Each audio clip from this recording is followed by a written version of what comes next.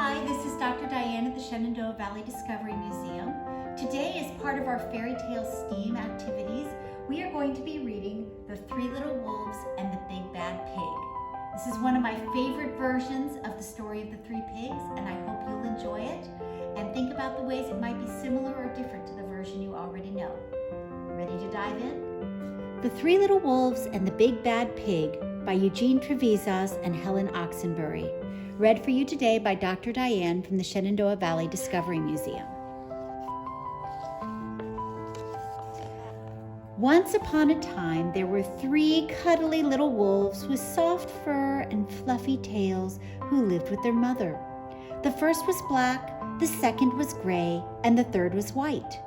One day, the mother called the three little wolves around her and said, "My children, it is time for you to go out into the world. Go and build a house for yourselves, but beware of the big bad pig." "Don't worry, Mother. We'll watch out for him," said the three little wolves, and they set off. Soon, they met a kangaroo who was pushing a wheelbarrow full of red and yellow bricks. "Please, will you give us some of your bricks?" asked the three little wolves.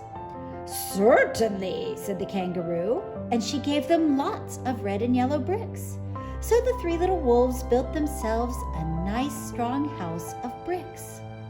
And look at that, they're carefully measuring and they're making the walls level. Looks like a strong house to me. The very next day, the big bad pig came prowling down the road and saw the house of bricks that the little wolves had built. The three little wolves were playing croquet in the garden. When they saw the big bad pig coming, they ran inside and they locked the door.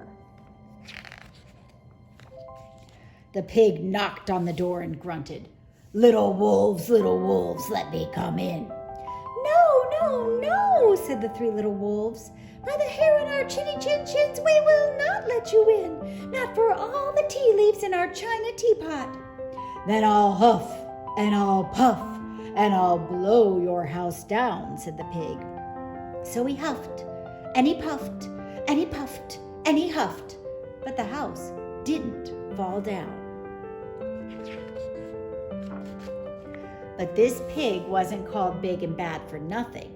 He went and fetched his sledgehammer and he knocked that house down. The three little wolves only just managed to escape before the bricks crumbled, and they were very frightened indeed. "We shall just have to build a stronger house," they said. Just then they saw a beaver who was mixing concrete in a concrete mixer. "Please, will you give us some of your concrete?" asked the three little wolves. "Certainly," said the beaver, and he gave them buckets and buckets full of messy, slurry concrete. So the three little wolves built themselves a house of concrete. No sooner had they finished than the big bad pig came prowling down the road and saw the house of concrete that the little wolves had built. They were playing battledore and shuttlecock in the garden, and when they saw the big bad pig coming, they ran inside their house and they shut the door. The pig rang the bell and said, "Little frightened wolves, let me come in." "No, no, no," said the three little wolves. "By the hair on our chinny chin chins, we will not let you in, not for all the tea leaves in our china teapot." "Then I'll huff and I'll puff and I'll blow your house down," said the pig. So he huffed and he puffed and he puffed and he huffed, but the house didn't fall down. What do you think's going to happen next? That pig wasn't called big and bad for nothing. He went and fetched his pneumatic drill and he smashed the house down. The three little wolves managed to escape, but their chinny chin chins were trembling and trembling and trembling. "We shall build an even stronger house," they said, because they were very determined. Just then they saw a truck coming along the road carrying barbed wire, iron bars, armor plates, and heavy metal padlocks. "Please, will you give us some of your barbed wire, a few iron bars and armor plates, and some heavy metal padlocks?" they said to the rhinoceros who was driving the truck. "Sure," said the rhinoceros, and he gave them plenty of barbed wire, iron bars, armor plates, and heavy metal padlocks. He also gave them some plexiglass and some reinforced steel chains because he was a generous and kind-hearted rhinoceros. So the three little wolves built themselves the strongest, most secure house one could possibly imagine. They felt absolutely safe. The next day, the big bad pig came prowling along the road as usual. The three little wolves were playing hopscotch in their garden. When they saw the big bad pig coming, they ran inside the house, they bolted the door, and they locked all 37 padlocks. The pig dialed the video entrance phone and said, "Little frightened wolves with the trembling chins, let me come in." "No, no, no," said the little wolves. "By the hair on our chinny chin chins, we will not let you in. Not for all the tea leaves in our china teapot." "Then I'll huff, and I'll puff, and I'll blow your house down," said the pig. So he huffed, and he puffed, and he puffed, and he huffed, but the house didn't fall down. But the pig wasn't called big and bad for nothing. He brought some dynamite, laid it against the house, lit the fuse, and kabam! The house blew up. The three little wolves just managed to escape with their fluffy tails scorched.